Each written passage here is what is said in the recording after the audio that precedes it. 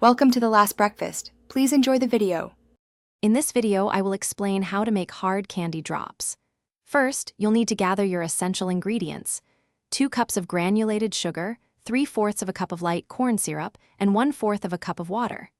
Next, choose your favorite flavorings, like peppermint or cherry, and a few drops of food coloring. Finally, ensure you have a reliable candy thermometer and a heat-resistant silicone mat ready for the process. Now, let's get cooking. Combine your sugar, corn syrup, and water in a heavy-bottomed saucepan over medium-high heat. Stir gently until the sugar completely dissolves, then stop stirring.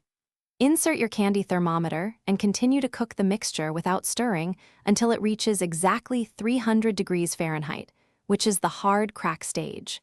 This precise temperature is crucial for the candy's texture. Once your syrup hits 300 degrees Fahrenheit, immediately remove it from the heat.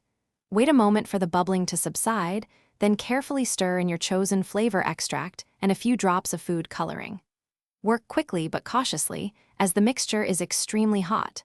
Pour the hot syrup onto a silicone mat or into a prepared candy mold. Use a dropper to create perfect, uniform hard candy drops. After shaping, let your hard candy drops cool completely at room temperature. This can take about 30 to 60 minutes, depending on their size.